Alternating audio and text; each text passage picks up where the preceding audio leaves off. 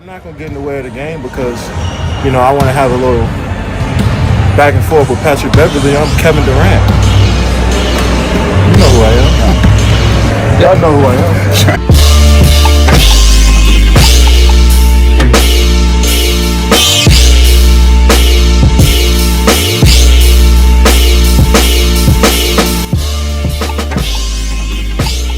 While longer-tenured players become locks for jersey retirements, guys who join different teams may never get the honor. Let's look at some players with possible jersey retirements in the air and see if they could get the recognition. For each team, I'll argue for and against retirement, then give a final verdict before examining the next franchise. In the first episode of this series, let's look at Kevin Durant's career, which includes the Oklahoma City Thunder, Golden State Warriors, Brooklyn Nets, and Phoenix Suns.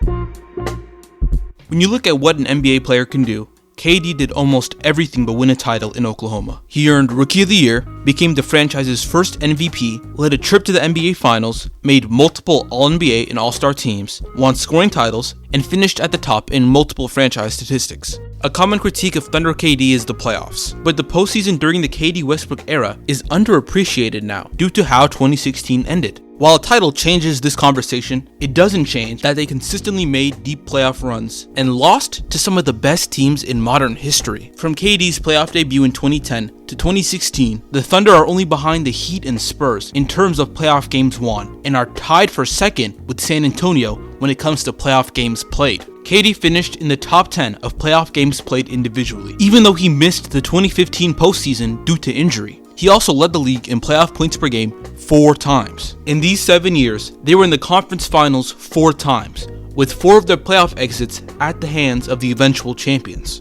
The only times they didn't make the conference finals were when they made their playoff debuts against the 2010 Lakers in the first round, when Russ got hurt, and when KD got hurt. All of this is important, but I want to acknowledge what KD meant for the franchise at this point in time. Durant helped achieve all of this while being a cornerstone in a transformative era of the franchise. When you talk about impact, Kevin joined a team that more or less treaded water for the past decade and immediately became an impact player, turned into one of the best in the world, while the franchise moved to a small market city, made the finals 40 years into the relocation, won all the accolades I mentioned before, and helped build the culture and reputation of the Thunder that still lingers today. Without the partnership of Russ and KD, the relocation to Oklahoma could have been a failure. Kevin has the accomplishments, success, and impact that's needed to have a jersey retired.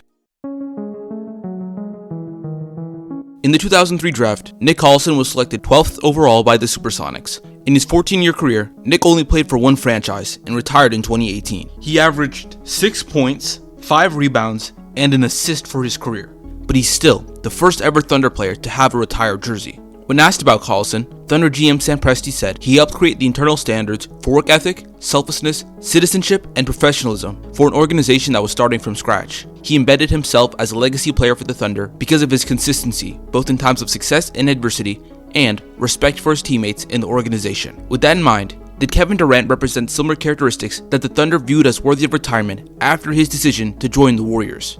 I could spend this part of the video regurgitating the same jokes and insults you've heard about KD since 2016, but you probably already know my case against his retirement. I don't think the problem in this conversation is that he left. I don't think the problem is that he went to the Warriors. The problem is that he lost to the Warriors and still joined them. Leaving to join the team that came back to beat you without even telling your teammates doesn't represent the qualities OKC appeared to uphold, and his decision to leave Oklahoma in the manner that he did sours KD's tenure with the Thunder. This conversation reminds me of Vince Carter and the Toronto Raptors. A young star on a new team, a very rocky exit from the franchise, players not long after wearing the old number, and the booing years after the departure. As time passed between Vince and the Raptors, the strained relationship between the two parties began to heal, but it took a while. Vince got his video tribute a decade after he was traded. Some younger stars may have their numbers retired before VC, but I think he will eventually have his number put up in the rafters. Same goes for KD. His relationship with OKC might still be sensitive, but I think he will get his jersey retired someday. When people think of the Dubs at their best, you call them the KD Warriors. An already elite team looked to add KD, and that decision led to some of the best years in the middle of a dynasty. His time in Golden State went like this. They won, and then they won, and then they won, and then KD got hurt, and then he left. Only one playoff loss in 2017. 3 finals runs in a row with back-to-back titles that should have been a three-peat if they weren't injured. Considerably the best team in the league as they outlasted Houston and shredded their way through the NBA. What was KD doing individually during this span? Leading the playoffs in points per game in 2019, finals daggers in decisive games, having some of his most efficient years ever while perfectly fitting into the Warriors system, and becoming their finals MVP after averaging 35, 8 and 5 when performing on the biggest stage in 2017, and then putting up 29, 11 and 7 during the following finals. He was doing all this while at his peak defensively. KD's addition to Golden State turned the team that suffered from one of the biggest comebacks in sports history to champions that would have won every year he was there without injury. At this point in Durant's career, the only thing that mattered was a ring, and KD did everything Golden State needed to win. When the Warriors dynasty played its best, Kevin Durant shifted the tides in favor of the Dubs. I mentioned that a ring was the only objective in Oakland, so let's look at what he did outside of the playoffs. 3 All-Star games with an All-Star MVP, and 3 All-NBA teams. That's it. His most important accolades during this time were his finals MVPs, but they can also be questioned. With context, we know Durant joined an already elite system with a superstar who was debatably more important, impactful, and better, and faced teams the Warriors were much better than. And while it felt like they dominated forever, KD was only in Golden State for 3 years. With or without Kevin, the Warriors were still going to be viewed as one of the favorites heading into 2017. The Dubs won before he joined, when he was on the team, and after he left. And if KD signed somewhere else, they could have seen similar success in the regular season and playoffs. Admittingly, not in the manner we saw in reality.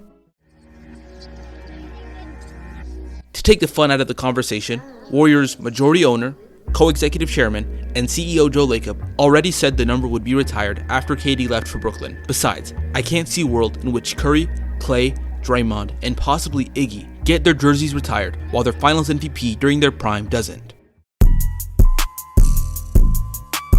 Durant's time in Brooklyn was a lot of things.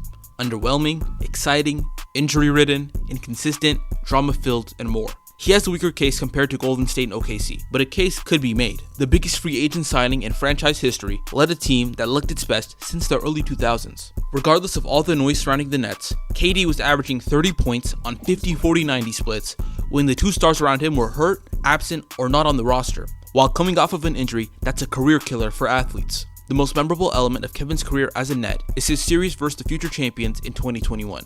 With his 2 co-stars in and out of the lineups, Durant averaged 35, 10, and 4 versus the Milwaukee Bucks. With his back against the wall, KD played some of his best basketball ever and brought the eventual champions to the brink of elimination in overtime of Game 7. After that series, the majority thought KD was the best basketball player in the world. Durant might have added some fuel to the wildfire in New York, but you have to admit that he was one of the best players in the world at this time and was the closest thing to a consistent backbone the Nets had in the midst of their turmoil. KD reached a weird point in his career after his time in Golden State. He had some moments in Brooklyn, but there wasn't consistent momentum that could lead to a jersey retirement. Limited games, a short tenure, a lack of playoff success, injuries, and few personal accolades hurt Durant's case for the Nets. Similar issues affect his likelihood of retirement in Phoenix's case as well. If anything, they might be worse with the Suns. He's played fewer games, been with the team less, earned fewer achievements, and won fewer playoff games in Phoenix. I was somewhat able to make an argument for Brooklyn, but KD hasn't built a noteworthy case with the Suns so far. That's to be expected, since he's going into his 2nd full year with the franchise this fall. There's a world where he's an impactful player for the Suns as he ages into retirement, but I see another possibility that has him traded in a few years as Phoenix rebuilds. Regardless, I think it's too soon to make a case. I don't think Brooklyn is happening, and I doubt the Suns.